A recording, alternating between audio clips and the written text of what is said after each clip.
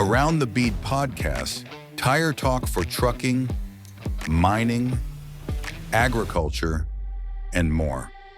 Your home for fleet solutions, aiming to inform, pioneer, and entertain the tire world in connected industries. Sponsored by East Bay Tire, keeping essential industries moving forward.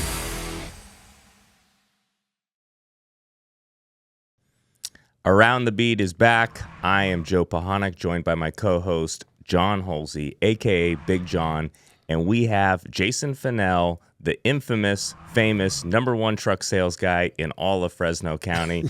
Jason, welcome to the pod.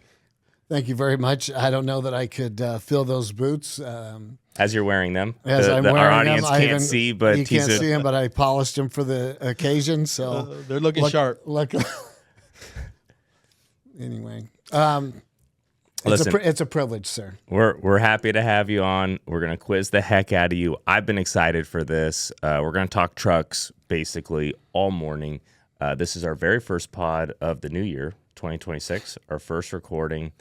A lot's changed in the truck market, but you're actually former tire guy.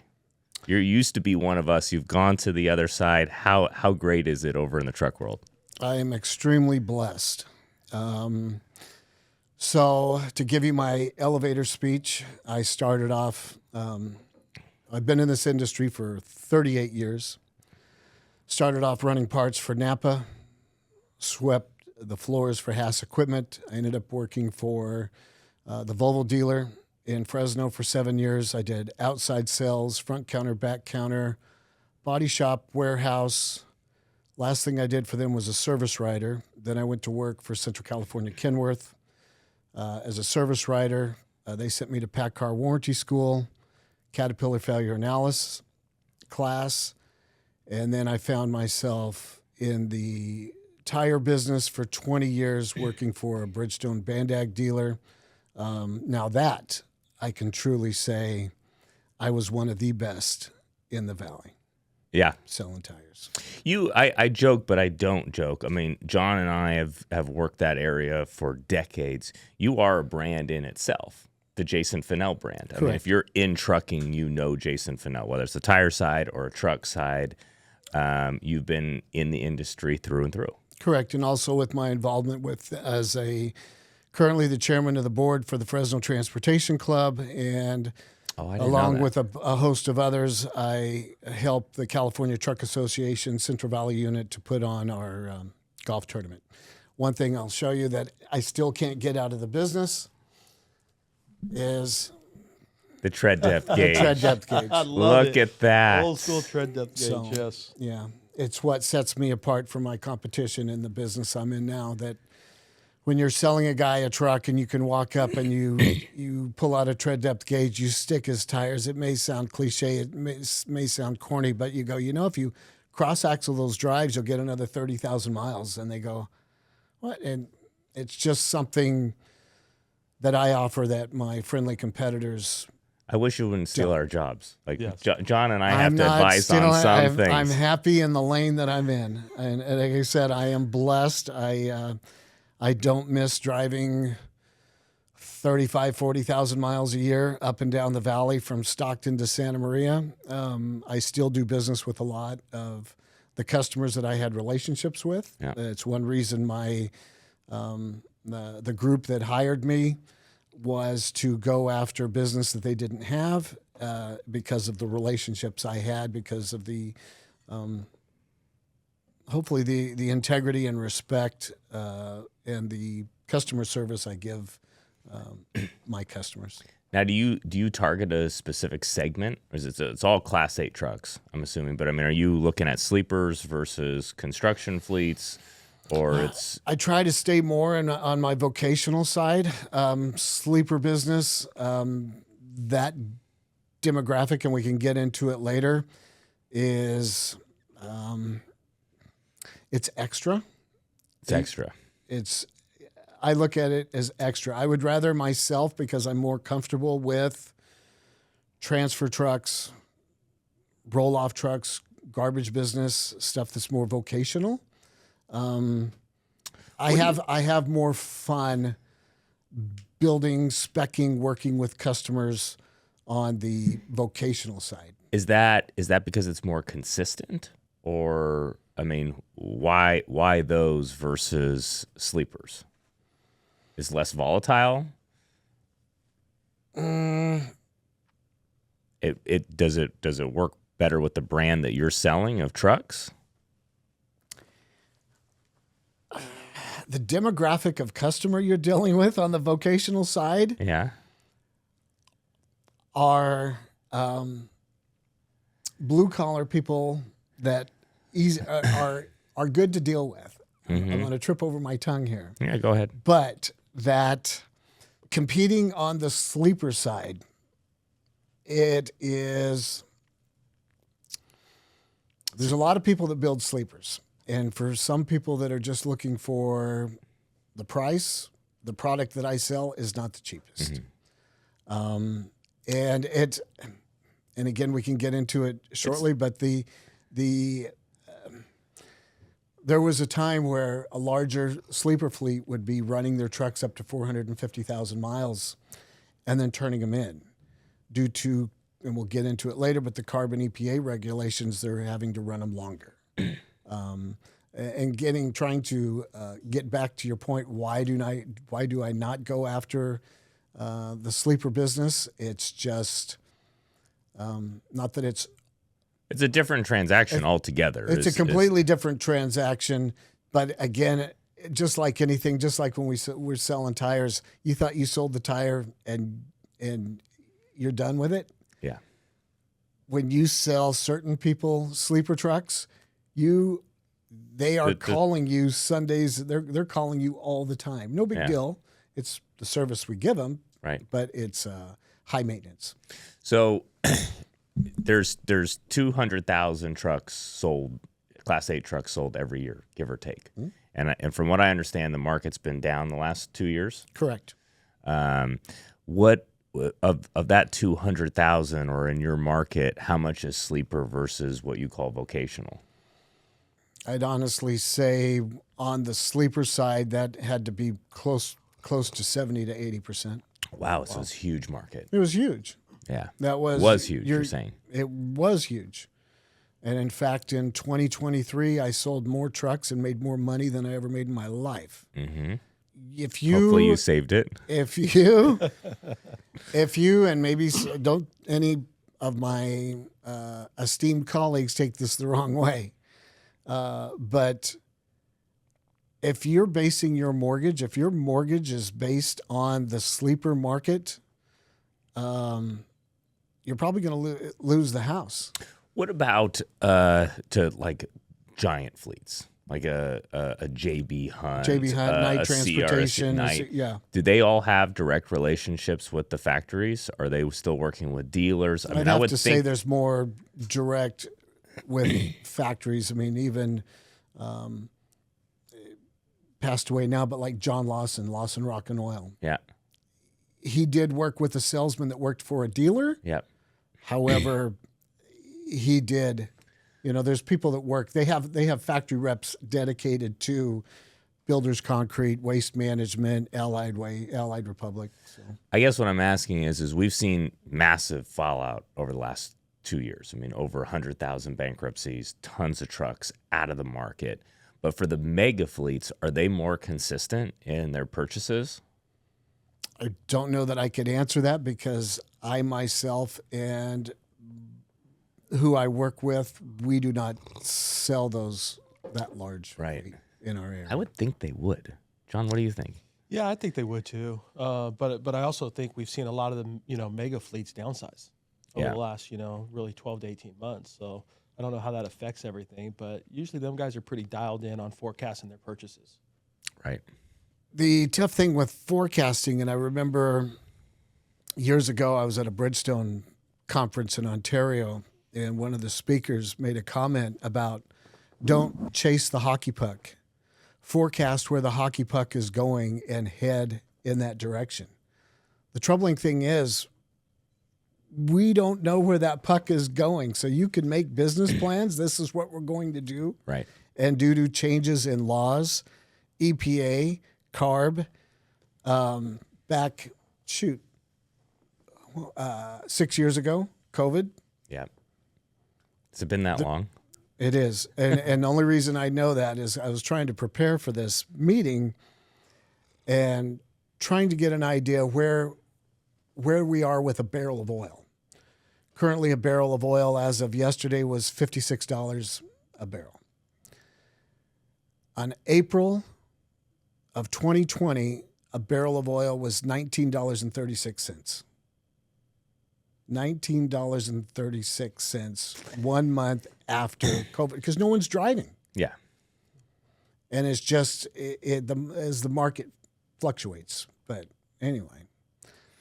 So giving our audience a picture of the market, you work for, there's Daimler Freightliner is the largest market share at Correct. 33%. And then you've got Kenworth and Peterbilt, which make up PACCAR. That's correct. Right?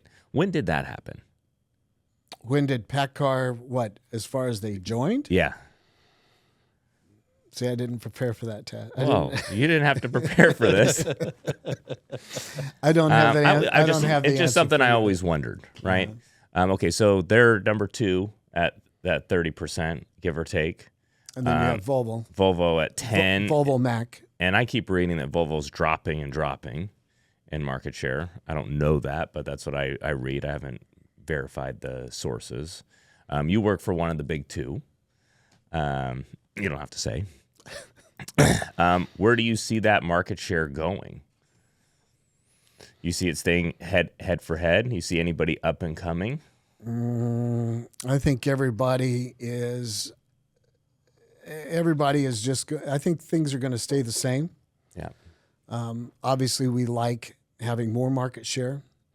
I think things are good right now in that orders are coming in, but people are hesitant to spend the money. It's just when you're spending, say, a new sleeper truck.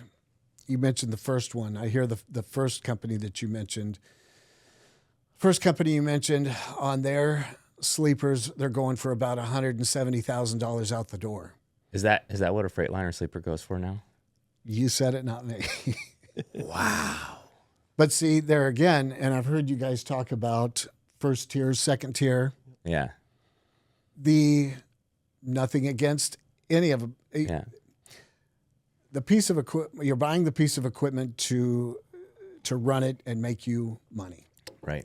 And again, trying to get you the best cost per mile. But with, say, the PACCAR brand is more money. They would like to say, we would like to say that it's a better built product and your resale value is going to be better. The PACCAR line sleeper is going to run you 195 to maybe 207, and it's going up. I mean, when I think of that equipment, okay, so we buy earth mover trucks, hand trucks.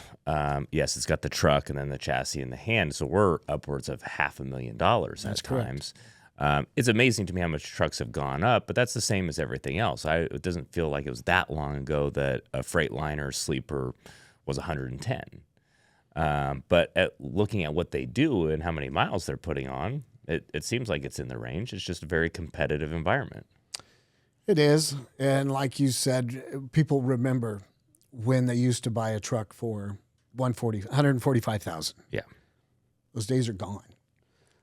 Getting back to my previous life, I remember selling Yokohama RY 112A trailer tires for $127. That was a long time. Them were the days. That was a long time ago. Hey, there's still trailer tires out there for 150. So But it was just even there's a vocational gentleman I'm working with now, has been a longtime customer. I quoted him on a truck the other day. It was going to be $176,000, and he was just going, I have a tough time paying that. Yeah. Because he was used to 153. I'm like, I remember when hairspray cost me $6 a can. It's like $22 a can for to keep this hair going now. Aquanet, man. Aquanet. No. It's the best hair in the valley, man. It is the best hair. Yeah. Does any of the which one has the better benefits as far as, I mean, one of the big things we deal with in California is carb compliance. Is there one of the motors and one of the brands that is better suited to align with, the California initiatives? That's a good question. I think going forward, they all have to be. In fact, in 2027, and I'm sure I'll get comments if I misspoke on this, but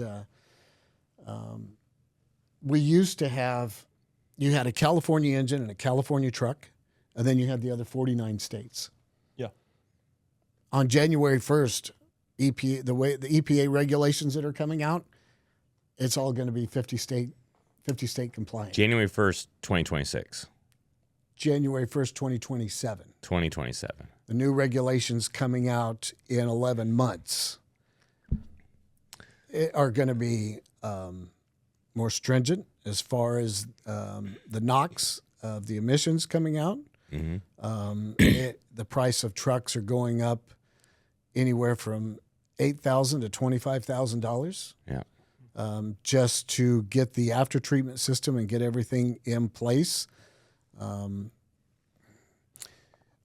don't know if I want to use the word feds, but in doing this, they're telling us that you also have to, if that's what's going to go on, that you have to also have your extended warranty on the after treatment system go from 5 years, 350,000 miles to, don't quote me, but say 6 years, 600,000 miles, because they know that sensors and other things are going to go bad. And so the end user, you guys, the government's looking after you, John. Of course they are. They always look after us. But to get back, and I sort of skirted around your question, I think it's application specific, whether it's a DD13, 15 Detroit, Cummins, PACCAR.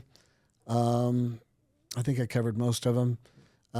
They're good engines, but just like, we've done tires forever, it's application specific. When somebody says, I want this, what are you doing with it? I just built a transfer truck for a guy. We started off with a 565 Cummins X15. By the time we got done, between the transmission I put in it with the rear end ratio and everything, we dropped it down to a 525, and it's going to work perfectly when it gets here. So, are the regulations increasing leasing? If you look at like a 10-year span, because I'm going to take you back in time. I want to see how we got to this moment. But is leasing becoming more popular because of the regulations? I would have to say so. And I'm surprised more people don't. I'm not trying to put myself or anyone else out of work. Yep. But some people, it's not their model. Or if it did, if they attempted to lease, maybe it didn't work for them due to the leasing company they were in bed with. Right. Misled them on what the actual cost was going to be. Sure. Because on the leasing side, there's different ways of leasing the truck. They're with a full maintenance lease. You're talking about predatory leasing tactics, like people are taking advantage of people jumping into the market when trucking was booming, and people coming in and off the street, got a Class A license. Hey, give me a couple trucks. I'm ready to go. Oh, okay. You're talking about leasing a sleeper truck. I'm talking about leasing in general. So when John and I talk about ag equipment, ag leasing, right? Leasing equipment has become popular for two reasons. One, because they're using it part-time in the field. And the other one is there have been California or just general CARB federal emission standards that have made it more challenging for farmers to have older equipment. Period. End of story. So they go, well, I'm just going to lease it from now on. So you see more tractor dealerships leasing equipment. And my question is on a trucking side, with everything that's going on, if you own a transportation company or you want to be an owner operator, do you go just to heck with it? I'm not going to buy a new truck. I'm just going to lease one, turn it back in 3 years because I don't want to deal with what's coming potentially in 5 to 6 years. That is some people's business plan. Okay. It's not everyone's business plan. If you are there, again, depending on your application, vocational, I do see some vocational doing leasing, and it works for them. Mm-hmm. There's a large packing company south of us in Fresno.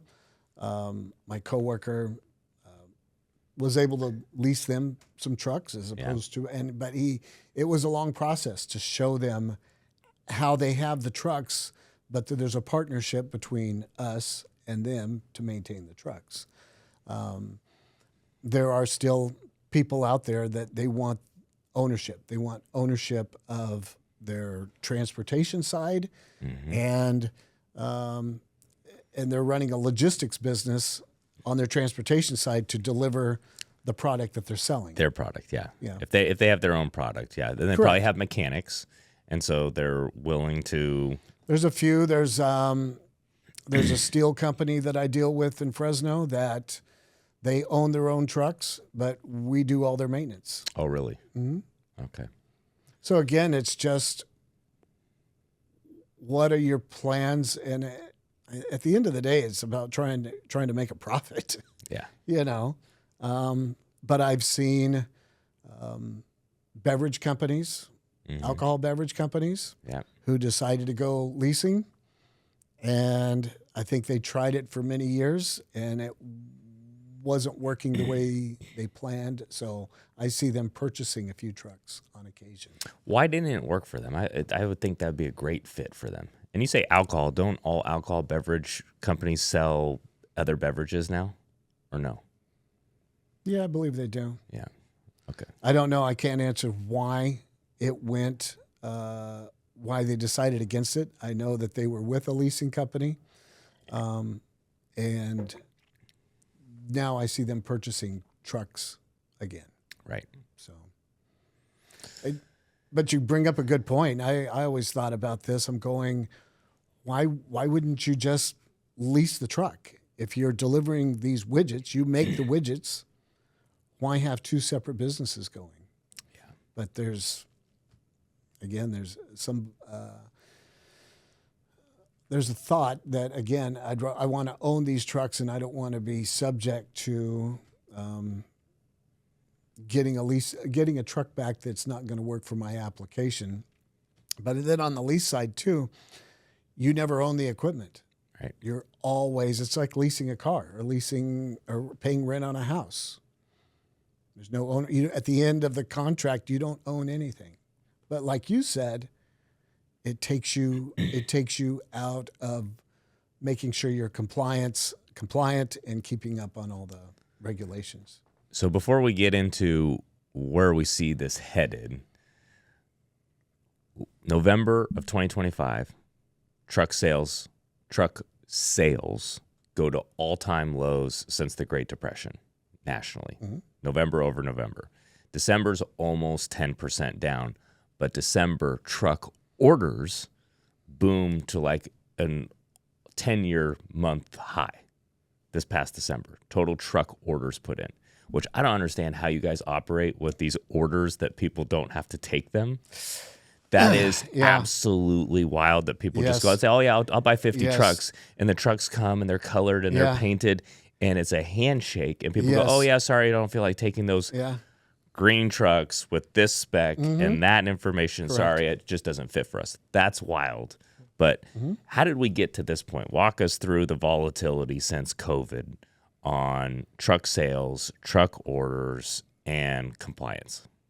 I would almost add to that too. You know, one thing I caught up on a few minutes ago is you're saying all these regulations coming in 2027. Is that a factor? Everyone trying to get trucks in 2026?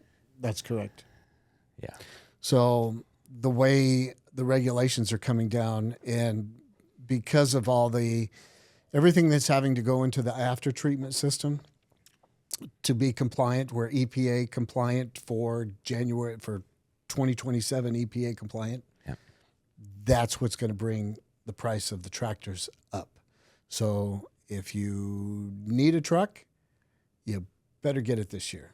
So I got 3 box trucks coming for you. Thank you. Maybe more. We'll see. Maybe But- more. Yes. So you covered a lot of stuff just a little bit ago. So trying to figure out which to tackle first. Let's start with COVID. So backing up to COVID. Yeah, let's start with COVID. Okay. So March of 2020, I remember it was St. Patrick's Day, and my GM comes in and says, "This is what's going on. Get your laptops. You're going home." We worked from home for a couple months. It seemed like. Yeah. Which is weird because then you would go out and you couldn't go see customers because no one would let you in the door. Right. But so that being said, that's going on. Then everybody's home, and as we know, people are buying stuff from Amazon from everywhere. Mm-hmm. So the transportation business starts booming. People are buying trucks. Guys are getting paid $16,000 to go run freight or produce from California to Georgia. 16 grand. Today, they're lucky if they get $2,500. Yeah. That's one reason. I mean, we have more trucks than we have supply or, Lack of demand. lack of demand. Thank Yep. you. So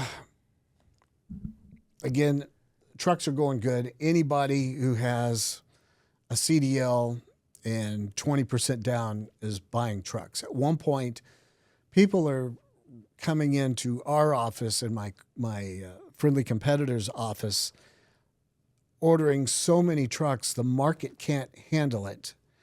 And in fact, the group that I work for, we returned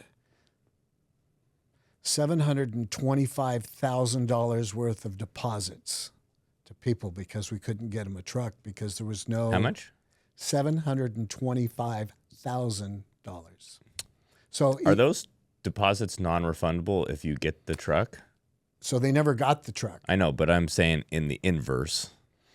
That's a a sticky gray question. Yeah. I bet you can hold them to it, but if you do it, then you've got... The group I work for has an amendment. Uh-huh. So like I mentioned about the transfer truck and another truck that I ordered for a gentleman, you have a sales order and then you have an amendment stating you're going to take the truck. If you don't take the truck, then the only way you can get your deposit back if I can sell the truck, and I'm sort of taking liberties on what it says. Yeah, okay. But That, it's for that, the that most sounds point, fair to me. Hey, but at the end of the day, as you mentioned a while ago, the handshake. Yeah. There's a lot of people we can still do handshakes with. Yeah. There's some you shake their hand and you still take their check because things happen. Right. And you don't want to get stuck with 20 green or yellow or whatever color trucks that are that customer's application. What are you going to do with it? Okay, so 2020, you're returning deposits because you've taken so many orders and you can't deliver the trucks. That was correct for the whole industry. That was Freightliner, PACCAR. There just was not enough parts to build these trucks. And what was really terrible was I had customers come into my office giving me checks. And we're picking the colors, we're ordering the truck. And then when it gets canceled, they come to me and say, "Jason, you canceled my truck." I go, "I didn't cancel your truck." I go, "You don't understand. If I don't sell you a truck, I don't make any money." Yeah. I had there just wasn't enough parts to build your truck. There was no tires, there was no engines, and it wasn't just with PACCAR, it was the industry. 2021. Same story? No. Engines were everything was relatively available then. Yeah. Everything was going decent. Like I said, 2023 was good. And then at one point, there was an issue. It's similar to tire industry. I mean, you shut the world down, right? And then you turn the factories back on. Nobody knows what to build. So 2020, we have small shortages, not huge. And then the world ramped up big time. And that's when you started seeing huge supply issues, demand go through the roof. People are exponentially ordering more. Instead of ordering 1,000 tires, they're ordering 3,000 tires. And so the whole system looks like, hey, we need 100,000 tires, and their correct. demand's only for 2,000. Yeah. Yeah. At one point, and I'm trying, and I'm probably going to have my dates wrong on this, but at some point, we start looking at what emissions is going to happen, what emissions is going to do in California. So some dealers ordered a glut of trucks in 2023, knowing that we weren't going to get CARB compliant engines. Okay. So In 2024. in 2024, correct. Yeah. So they pump up their volumes in 2023. Well, the trouble is, we pump up the volumes in 2023. The troubling thing is, like in your business, you order 2 containers of 11R 24/5 tires. Where are you going to put them? I go, well, somebody's going to use them. Yeah. Well, and that was the case. You end up ordering stuff that is application specific for one segment of your industry, and maybe that industry is not taking as many as you want, and you end up sitting on equipment for 18 months or better. So did you guys sit on equipment in 2024? You didn't hear that from me. Okay. So 2024, you guys order for 2023, but you guys communicated to customers, hey, you have this opportunity to buy equipment before CARB compliance issues. Correct. You sit on equipment in 2024. 2024 is tough. Correct. Yeah, 2024. 2024 was tough, and last year was tough. Right. So Racing for CARB compliance that never really came through, or you're saying got pushed to a federal level. It got pushed to a federal level and then backed out. So, and that's where I get back to trying to have a game plan. There was a gentleman, him and his dad had a business pulling out of the port of Oakland. Okay. Great people. The business has been around for over 50 years. Yeah. They were doing everything above board and making sure that they had their trucks were compliant. Mm-hmm. Laws change. Next thing you know, they have all this equipment, all this debt. Their competition, who didn't go out and run out and buy new equipment, undercut them. And so now this company is out of business. That's to me, I think, speaking for others in the industry, anybody who has got heavy equipment, that's the huge concern working in these states that have high levels of compliance, is that it doesn't actually go through. Is that, hey, you spend all this money to get compliant, and you're out of business because of exactly like you're saying, that exact example. I mean, I know dealers across the country that were looking at California CARB compliance getting spread to multiple states, and they're looking at spending $10 million on trucks because they're running older trucks that last longer, right? They've got some really quality trucks, but last longer for heavy equipment. And hey, we're going to have to spend $10 million to replace this to be compliant with CARB. They wouldn't be able to compete in today's world if they had bought all those trucks. Correct. Absolutely. And there's nobody taking responsibility for that. Nobody can go to CARB or the feds and say, hey, you guys freaking hosed us. That's nuts.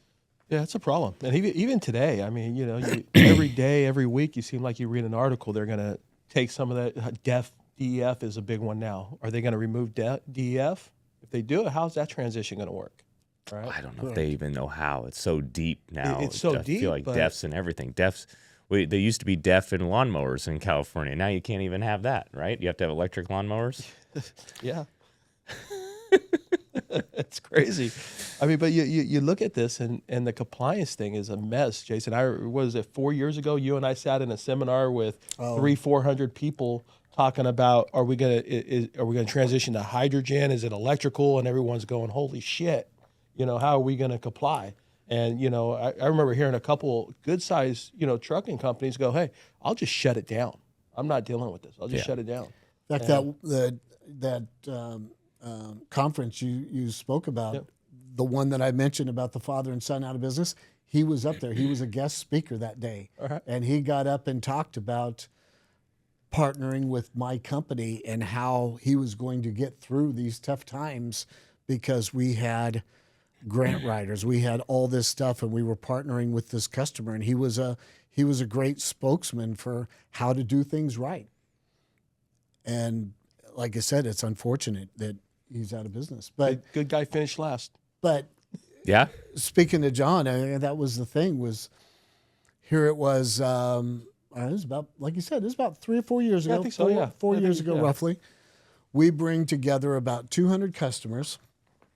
We have a very smart man there, a gentleman by the name of Sean Edgar, who's with Clean Fleets. Yep. Very intelligent man. Gets up, tells us how things are going to happen, what you can do to get ahead of it. And there was no lies told. Everything was, this is because we were basing it off of what laws were coming down. So as people ramp up for that, they try to, hey, if I'm going to keep my business going, these are the things I have to do. And like you said, unfortunately, some of it, you just feel bad when somebody does the right thing and they end up losing their business. So how many customers did you have in 2021 that don't exist today? I mean, you mentioned a few. Lord. I know I have, off the top of my head, I can think of 7 customers that are completely out of business now. And some of it had to do with there was no heir to the throne to take over the business. Yeah, plenty of reasons, but at some the point, attrition point is but at some point, I was at a CTA lunch last year, and there was an economist there, and the economist was showing the cost of operating a truck versus the profitability. Yeah, and it just keeps getting thinner and thinner. Mm-hmm. We're not 19 and 22 years old anymore doing this for the experience. It's all about the profit. You have to make a profit. Otherwise, we enjoy our jobs, tread depth gauge, selling trucks, whatever it is, meeting people, taking care of business. But we all, as I tell people, I go, all I want is this little bit of profit for this long period of time. Yep. So, and when you can't make a profit, then you're going. Well, you're bringing up a broader point, which is how challenging it is for small business in the United States now. A giant, one of the largest fleets in the U.S., posted a $9.8 million loss for Q4. Well, even on a percentage basis, there's no small business in the United States that could absorb that kind of loss if you made it the percentage of their total revenue.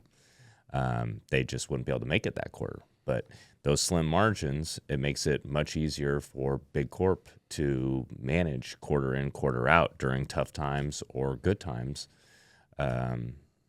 is what it is. I was talking to a extremely successful ag hauler in the Central Valley. And hey, what's your outlook looking, for 2026? And he goes, I'm parking trucks. I'm parking a significant amount of trucks. I'm not going into this price battle with these guys. Let them take it down to the bottom, weed out all the guys who bid on it. They'll be gone in 5 years, and then I'll pick it back up. The prices on hauling, whether it's grapes or tomatoes or onions, garlic, are so far down. I just don't understand how them guys could actually turn a profit. We mentioned about what's going on with a certain demographic of people that are bringing Chinese tires in and somehow avoiding paying FET and selling these. Does that happen? I've heard it from 5 people.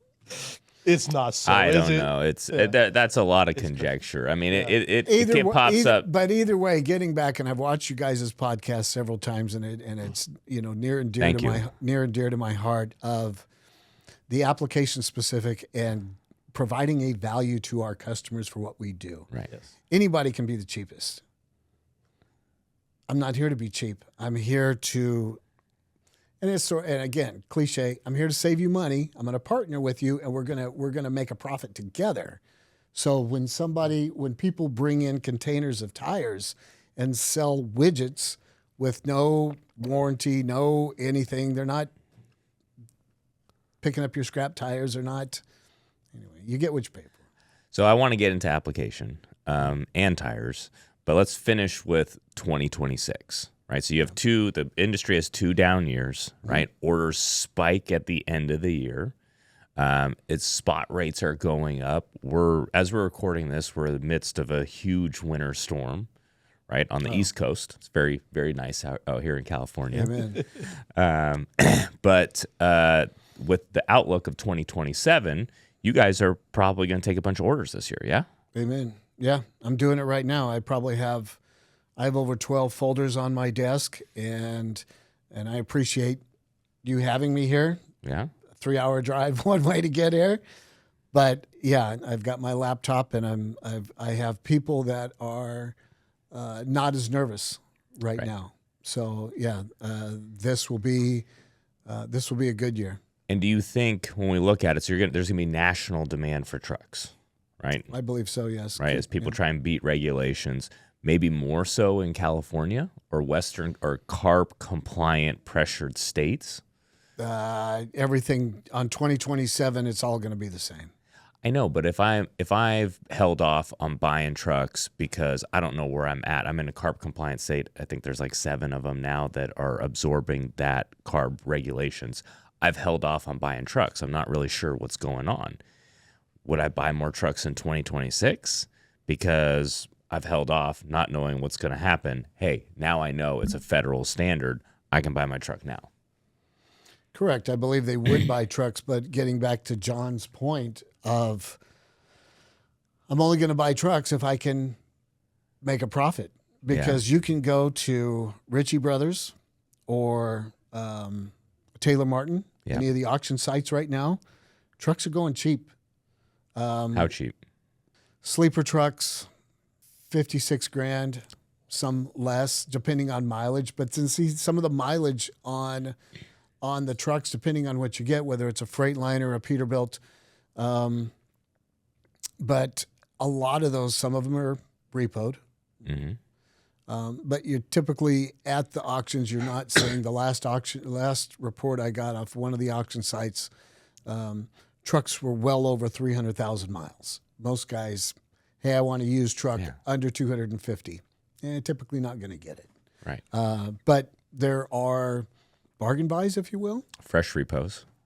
Relatively. Yeah. But a friend of mine and one of our mutual customers just went to Texas and bought 3 used Western Stars to pull for his dirt business, because the deal was just too good. Yeah. So anyway, but to get back to your question about people buying trucks, yes, people are going to buy trucks this year. Because I think there's a little more, some of the questions have been answered and we don't see the goalpost moving. Yep. And because that's always the thing when we get back to the forecasting. So I'm not an economist. Oh, yes. Crystal ball. But Let's go. when Joe said, hey, I need to ask you some questions, and I'm going, I will find you the answer. Yeah, we want to know what the freight market looks like in 2026. Yes. We know you're going to sell a bunch of trucks. We're happy for you. But we want to know where it's going to go. Optimistic. You're not in our business, or you're not a successful salesman unless you're optimistic. Yeah. You have to get out and see what's going on, talk to the customers, and get out of your comfort zone, because if I told you, I'd like to sit here again with you in November maybe, or in a year. Yeah. And we can go over whatever just came out of our mouths, and go back and says, "Hey, I was wrong," or "Oh, we were right. we were right." Yeah. Yeah. So I'm cautiously optimistic. I think you see a bump. I follow Freight Waves. I know they get a lot of criticism for their data, but I don't think it's going to be a huge boom, but I think you're going to see some profitability back. I mean, think about all the supply that's been ripped out of the market. There's going to be less trucks. Whether people are buying more, that's a whole different story. But with interest rates down, even if it's 3-4% more profitability for transport companies, or 3-4% more trucks moving on the road, that's still huge for everybody. anything's going to be better than what we have had. Right. But I think it's like anything, educating the customer to let them know, especially, and not to pull the chicken little that the sky's falling and you have to buy a truck this year. Mm-hmm. All we can do is educate them. Say, this is what's going down. This is where it's going to be.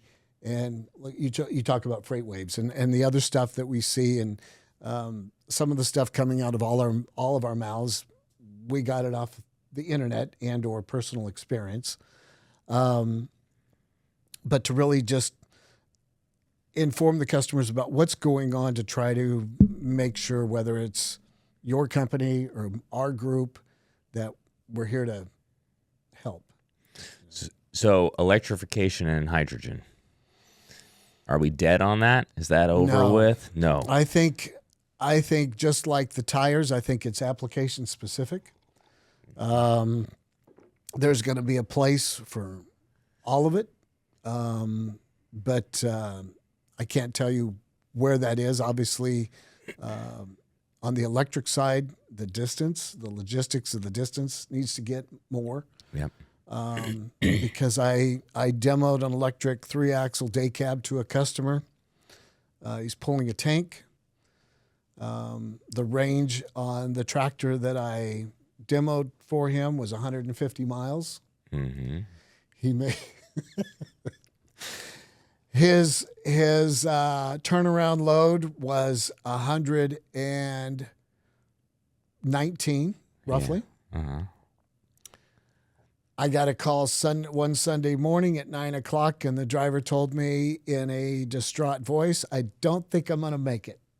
So I had to drive into Madera and pick him up when he had 8% charge left on the truck. Yeah. But he was concerned about making it another 12 miles. So Why did he stop? He didn't think he was going to make it. Does it blow up if it runs out? But you run out. You know, when your battery starts flashing, doesn't happen to me. But when your battery's dead on your phone, you're going, "Oh, I've got 7% left." Yeah, you're not scrolling TikTok. You're saving your phone for emergency purposes. Correct. But I don't get it. I don't get it. You got 8% left. You got 12 miles. He should have been able to make it. Did you drive it? I did not drive that truck. I actually had that truck towed. I went. We took it to a friend of mine's shop and left it Sunday afternoon, and then I sent a tow truck to pick it up. So. Oh, why didn't you drive it? You have a license. Sure. Yeah. Okay. Yeah. So Jason, the electric, we know the downside is distance. Correct. Hydrogen, we know one problem is the infrastructure is not there to support it. What's another downside of hydrogen right now? Is it fuel mileage? I don't know that I could answer that. I don't know enough on that to answer the question. I will tell you on the CNG. On CNG was looking pretty good. I can tell you that mileage on CNG is less than diesel. There again, less as more efficient or less efficient? Less efficient. Less efficient. So say if you can get, and again, you can send me comments if I'm incorrect on this. We like comments. Comments are good.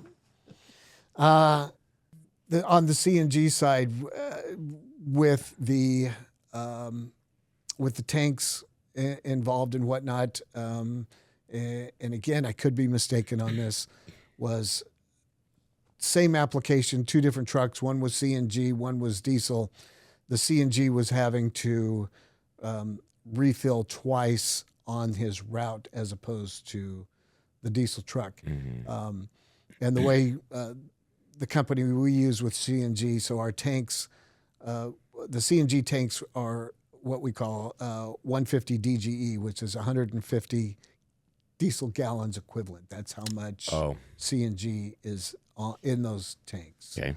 On the hydrogen, I know some people that are heavily involved in it, and I think they're going to make it work. They can see, like back in the day when before we had VHS, we had beta, and there's people going, "Oh, we got it." I think the people that I know that are doing hydrogen, I think that is going to be the way. But like you said, the same thing with the infrastructure. With the truck that was short of making it back to the shop that one Sunday morning, had a Love's or another location had a charging station. I could have limped it over, charged, but how fast is a charge on that truck? Not fast enough. Yeah, but hour? No, like 8 plus. Oh. That's a problem. Yeah. Yeah. See, and that is the whole thing. It has to make it. I mean, I guess the first standard to me would have to make a full driving shift. They're enforcing these regulations pretty heavily on how much time a driver can be driving. So it's got to make it that amount of hours, right? And then they're parked and then they charge. There was, I'll have to share it with you. There was a website, or there was another video done, and there was a company that had some electric trucks in their fleet, and it baffled me. One of the drivers made a comment about he runs his route, say from point A to point B, turns around and comes back with the load. But he has to unhook the trailer and grab another truck. It was an electric truck.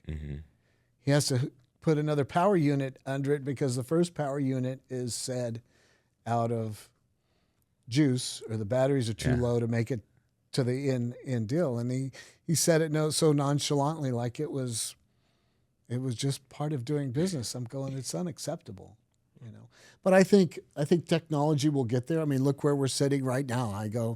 We're looking at all these cameras. 10 years ago, we wouldn't be using this. Yeah. It's just, I think it's going to get there, and every form of energy, be it diesel, electric, hydrogen, widgets, whatever it is, it'll get there eventually. So 5 years from now, you're still in the truck business? Yeah. Okay. You selling more electric trucks or hydrogen trucks?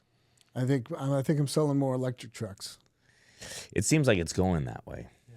Especially in the bus market. Yeah. But there again, we come back to application, because the troubling thing is it's the weight of the batteries. There's a company right now that has a truck capable of doing over 200 miles. Yeah. I think the front axle is 20,000 pounds. Don't quote me on that. But the thing is, it's the weight. It's like the one I told you about where the guy was coming back pulling a tank. That front end on that, I think, was a 13.2. It had the batteries on it were equivalent to go, again, 150 miles. Right. In order to get that longer distance, larger batteries, more weight, heavier suspension. So until things get smaller, more efficient, the batteries are going to get better. Like Correct. there's so much investment in batteries, but I look at hydrogen and the two things come to mind to me. The power ratio, right? My understanding is that the power ratio of what hydrogen can generate energy per gallon is 2.5 times that of diesel. So it can absolutely crush. It's liquid, right? So you're able to fill it the standard way. You're able to change current diesel gas stations or add on underground hydrogen tanks. So that the infrastructure for trucking in general stays the same, right? It can fill at the same speed. It can give enough energy out. You have to change those engines and you have to put in the tanks. But if you've got like Air Liquid has a huge operation in Vegas, a huge plant, $1 billion plant that was designed to supply the West Coast, mainly California. If you have that, then you're going somewhere. So that's always been something that's on top of my mind, but you have to get it nationally. And if diesel fuel, like right now, you know, I think we just took over Venezuela is the news. Nobody knows exactly what happened there, but yeah, if diesel plummets, I like the story, by the way. Yeah. If diesel plummets down to $2 a gallon, then who's incentivized to buy a $300,000 electric or hydrogen truck with no infrastructure and $5 hydrogen? With a bunch of question marks. Yeah. But it'd be cool if you could get us a hydrogen hand truck for mining tire service. We'd love that. I'll work on it. Thank you. It's probably going to be more than $500,000. Well, let's talk about the price. Plenty of time. We talked about that. You had mentioned something about you wanted to mention applications or tire applications. Yeah, that's a good one. Tires. How do tires get spec'd from the factory? So it's one thing. Let's back up. Okay, so on your application, and this is things that having come from that side, having come from working on the dealer side or working on the truck side before I got into the tire side, we just look at tires like they were black and round and most of them held air. They all do those things. It was, other than bands and pneumatics on a forklift, but nonetheless, it was a part. We didn't understand what it was there to do. I mean, you had an idea, but where I'm getting at is when I'm building a truck or when I got into this side of the business, we concentrate so much on the engine, the horsepower, the torque, the transmission, the placement of the fifth wheel, the seat. I mean, the color, everything does. But then when it comes down to the tires, you just click on it, one, either because it's the least expensive, or you click on it and you don't know. I've put on several PowerPoint presentations to dealers. If you don't know, ask me, ask somebody. Ask the customer you're building the truck for. Or if it's a stock unit, make sure that if it is a sleeper truck, that you have a long haul steer tire on the front, not a regional general. Anyway, just pick the right tire, and also make sure when you do pick the right tire that it's the right load carrying capacity for the suspension you have on it. I would think that portion the factory would standardize. Can you actually get a underrated tire for? Yes. Oh, Really? Oh, it's wild. how that seems like a huge liability For for the dealership, You mean and putting for a 14-ply tire on a place where it needed to be a 16-ply? yeah. What's that? What's the front end difference? A 10K versus a 12.5 or something? Well, you would have, say, a 13.2 versus like a 12 or a 12.5. Yeah. Yeah, so, but what you get is when you put, say if you have a 10,000-pound front end, which would carry a 315 ADR 22.5, so a garbage truck. Yep. Or, a garbage truck. You could still have that 10,000-pound front end, but if you don't have those 315s on it to carry that 10,000 pounds, the 20,000, you have an 11R 22.5 14-ply. When you get your build sheet, it derates that. No matter what you had, it comes back to the weakest link. The tires were the weakest part of that build. And so you said, I had a 20,000-pound front end. I go, yeah, but your steer tires only carry 14 or 12.3. So, but yeah. In fact, I was at a dealership the other day. Tire dealership or truck dealership? I'm sorry. I was at a truck dealership the other day. Happened to walk by a truck. The chassis had a 295 ADR 22.5 tire on it. Yeah. $295, and in fact, I looked at it. It was a Michelin. It said Coach right on the side of it. My question to the salesman who was on duty was, there could have been other tires that should have been in that place. Anyway. You mean like a common one? Exactly, right. And that's the bad thing is they don't know. And that's the thing with some of our society, even me at times. You don't know what you don't know. Yeah. Just ask. There's no dumb questions, you know. Trying to explain somebody that the difference between an open and a closed shoulder tire. At the end of the day, talk to the customers or talk to, just get knowledge before you just arbitrarily pick a tire and throw it on a $200,000 truck. Yeah. Well, you're a former tire guy, so you can help with that with your customers, or it's, you know, go to a tire guy and get some information before you spec those expensive trucks, right? Correct. Yeah. Okay. What else is in your crystal ball? So I was looking at your past podcasts. Yeah. I thought it was interesting one time, and I don't recall what it was, but we were talking about air pressure. Yeah.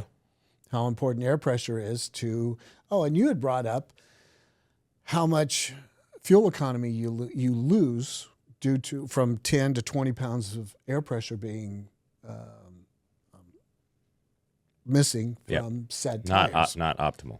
Not optimal tire pressure. Yep. So it reminded me of a story of a customer I had, over the road sleeper reefers. On the back of his reefer, there was for lack of a better term, a ducktail or a fairing that came off of the back to help with the drag. Okay. On the back of this thing, it says save 3% on fuel by utilizing this system that was on the back of this reefer. Yep. Me being me, I went and got a legal pad out of my truck and a calibrated air gauge, and I went around and I hit all 18 tires. 3 of those tires were under 70 pounds. So I walked in to the owner and I said, Paul, I don't want to be an ass, but if you aired up these 3 tires, you would probably save more than 3%. Yeah. You know? That's a great story. But We all want the quick fix. We want to buy it and be done with it. and that's the troubling thing, and looking at some of your podcasts, and that's the thing is there are so many customers out there that they look at the invoice price on the bottom. It's understandable. But at the end of the day, what are you getting out of us? The service that you're getting out of us and what we bring to the table is worth something. But that's the onus of that is on the people in this room, right? If you're going to sell somebody a premium truck or premium tire, for them to get the value, which should result in a healthier bottom line for them, we need to show them the path, right? We're not selling, say, hey, we get a 250,000 mile drive tire. It's great. No, if you don't maintain it, you're not going to get that, right? Correct. And so you've got to work on that high level of maintenance, especially if you're buying any premium product. You got to take care of it. Yeah. But the onus of that is on us. I think it's just on, I don't know. It's being good at what we do, good at our craft, and getting people to understand what we do and that we're just not here to sell you a commodity. And again, no matter the cost of it, whether it's a Michelin or a dog pound or whatever it is, you still have to maintain it. Yeah. You know, you do. I love that story though. Yeah, that's a good story. That's great. Yep. You know, one thing, and you guys sort of brought this up one time, and I should have had more notes on it, but there are, because you guys mentioned about TPS, tire pressure monitoring systems. Yep. They're out there. They need to get better. Mm-hmm. But it blows me away in the vehicles that all 3 of us pulled up in will tell you, you know, you're at 67 pounds on the right front and 68 pounds on the left front. The technology's there, and I don't know why on our side or on the truck side It's not, one would say it's not standard equipment to be able to. I would love the answer to that. I think we're gonna have to go into the factory to find out. But if it's available in a minivan and it's available in a Porsche that can go 180 miles an hour, Correct. it can be available in a truck. I guess the impact there is probably where I'd start, as we looked at what we can influence for a trucking fleet. As an example, tire spend is usually less than 5% of revenue. Okay, it could be around 2 to 3%. Now, if we maintain those tires, we can impact that dramatically. Correct. 20, 30% savings on that 2 to 3%, less than 5. So that can turn out to be a big number, but it's not nearly as big as, say, fuel is the focus on the whole. Right? As, hey, can I get a cheaper fuel vendor, or can I save money on fuel by buying from somebody else or a different credit card system or whatever? It's a bigger number, but a smaller difference. And I think that portion on tires, well, it's just we're a smaller percentage of cost. That's all. But one thing you covered was how it affects so many other things. It does. Yes. So, when I say that savings, that 20 to 30%, that can be just on the performance of the tire, right? And then, yes, we can save upwards of 2% on fuel, downtime, et cetera. So I didn't go after the fuel side, but one of my Conquest customers many years ago, vocational guy, did walking floors, moving like soil amendments, gyp, that kind of deal. Yeah. I went into his fleet. I didn't have his account. It took me 2 weekends walking his fleet, looking at how in disrepair or disorganized it was. Yeah. We get done, and I made my proposal on the third Saturday, and I said, I see room for drastic improvement. I go, I guarantee you I'll save you $30,000 this year. But it's not going to be by the bottom line of the invoice. I go, it's the things that I do as far as crossing drive axles, running my steers down, running my drives down, moving them back to the trailer, retreading them. There was more to it, and I did. I saved him the money, and he used some of that money to buy his wife Budnick wheels to go on his wife's Tahoe. Don't talk about his spend. Where he spent it. Hey, I don't care. That's not yours to share. I'm cool. Yeah. He's fine. But my thing was, some people, they don't know. And sometimes unless you're truly made, or unless you do have a good reputation and character to say, the guy's solid, you know, but anybody can come in and says, I'm going to save you money. And they go, show me. Well, go ahead. No, that's what I'm saying. Let's do that. Yeah. Right? That's what fleets need from us, is they need Correct. the expertise to come in and help save them money, or make more money, or not go out of business because Correct. of X, Y, and Z. Yeah. All right. Well, this was fun. I loved it, man. Thank you, Jason. It was a blast. All right. We're wrapping it up. Thank you, guys. Good.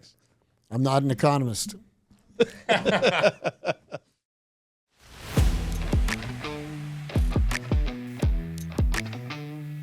Around the Bead podcast, tire talk for trucking, mining, agriculture, and more. Your home for fleet solutions, aiming to inform, pioneer, and entertain the tire world and connected industries. Sponsored by East Bay Tire, keeping essential industries moving forward.